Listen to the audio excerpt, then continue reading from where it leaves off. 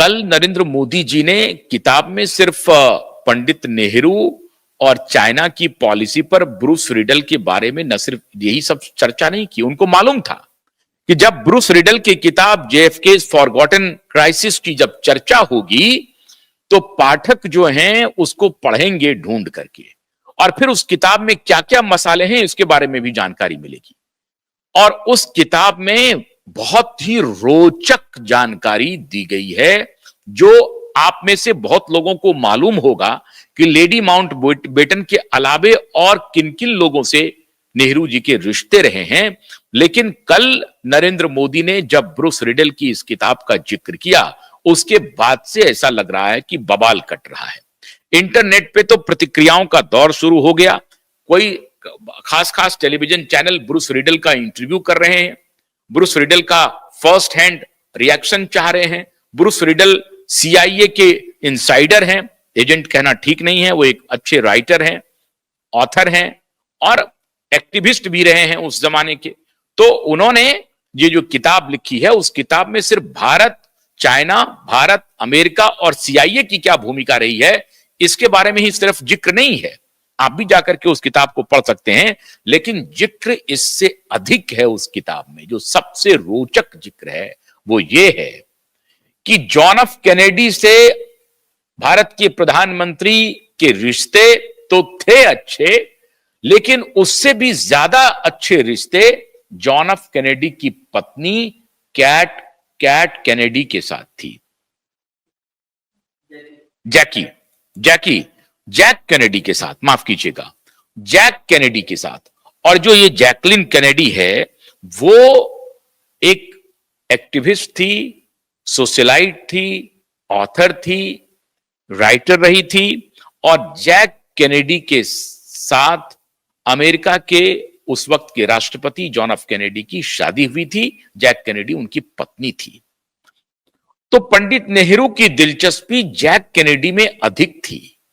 जब भी Jack Kennedy India आती थी तो पंडित नेहरू की इच्छा होती थी कि वो प्रधानमंत्री के निवास पे ही रुकें, जैसे कि वो लेडी माउंटबेटन को अपना जिस प्रकार से एक वार्मथ होस्ट की भूमिका निभाते थे लेडी माउंटबेटन को लेकर के, ठीक उसी प्रकार से एक अच्छे होस्ट की तरह पंडित नेहरू जैक कैनेडी के लिए भी प्रधानमंत्री आवास में ही व्यवस्था करने की कोशिश करते थे।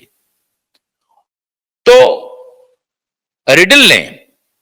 ब्रूस रिडल ने यह बताया है कि पंडित नेहरू की दिलचस्पी जैक कैनेडी में अधिक थी।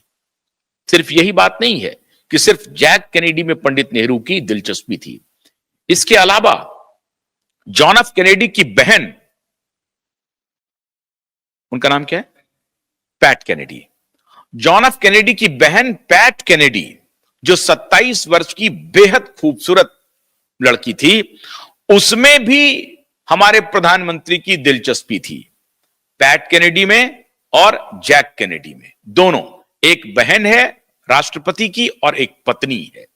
तो उसमें भी हमारे प्रथम प्रधानमंत्री पंडित जवाहरलाल नेहरू की बड़ी दिलचस्पी थी। अब दिलचस्पी का क्या तात्पर्य है साहब? क्या पंडित नेहरू इन दोनों को पसंद करते थे? क्या ये दोनों पंडित नेहरू को पसंद करती थी, या ये पसंद एक तरफा था?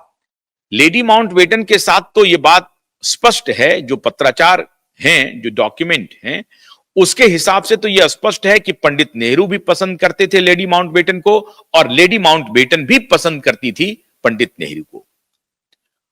अब इसके जो अकाउंट हैं, जो ऐतिहासिक साक्ष्य हैं, बहुत सारे साक्ष्य थे जो नेहरू मेमोरियल में थे रखे हुए।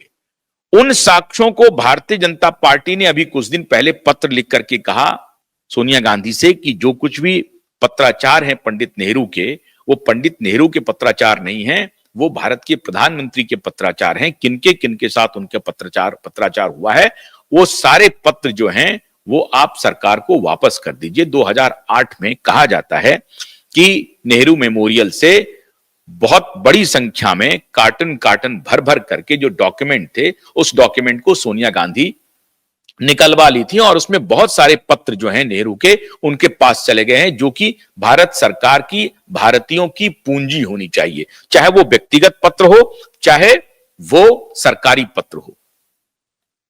तो जिस किसी में भी प्रधानमंत्री ने पत्रचार किया था एक फॉरेन नेशनल से, तो उसे यह कहा जा रहा है कि आप आर्काइव में, नेशनल आर्काइव में उसे लौटा दीजिए।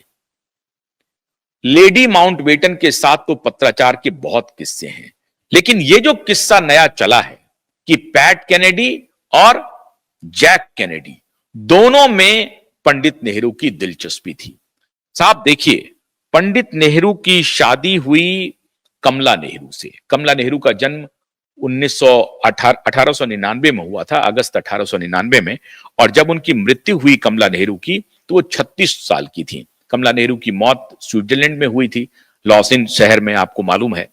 और उस मृत्यु के बाद अकेले हो गए थे पंडित नेहरू, बेटी हमेशा साथ रही, अकेली बेटी इंदिरा गांधी नेहरू के साथ। लेकिन यह हो सकता है कि उसमें एक स्वाभाविक बात हो सकती है कि औरतों के प्रति उनकी दिलचस्पी रही हो, तो यह कोई बुरी बात नहीं है। लेकिन नरेंद्र मोदी ने जिस तरफ इशारा कर दिया है, उससे कांग्रेस पार्टी अब बैकफुट पर चली गई है। जो राहुल गांधी अब तक आक्रामक थे, वो राहुल गांधी अभी डिफेंसिव हो जाएंगे, क्योंकि हर तरफ यह चर्चा चल रही है कि साहब ये तो इश्कबाज प्रधानमंत्री थे, हमारे जो प्रधानमंत्री थे वो रसीले प्रधानमंत्री थे, उनको विदेश की पॉलिसी में